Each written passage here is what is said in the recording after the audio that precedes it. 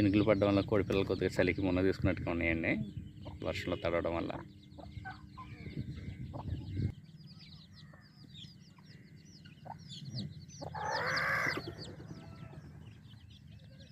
ఇది గుడ్డు పెట్టడానికి రోజు ఒక ప్లేస్ మారుతూ ఉంటుందండి.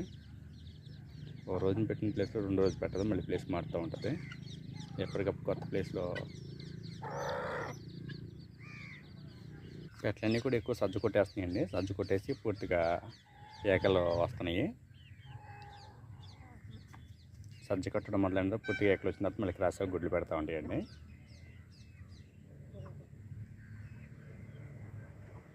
పుంజులు పెట్టలు కూడా ఎక్కువ సజ్జలో ఉంటాయండి ఈ టైంలో.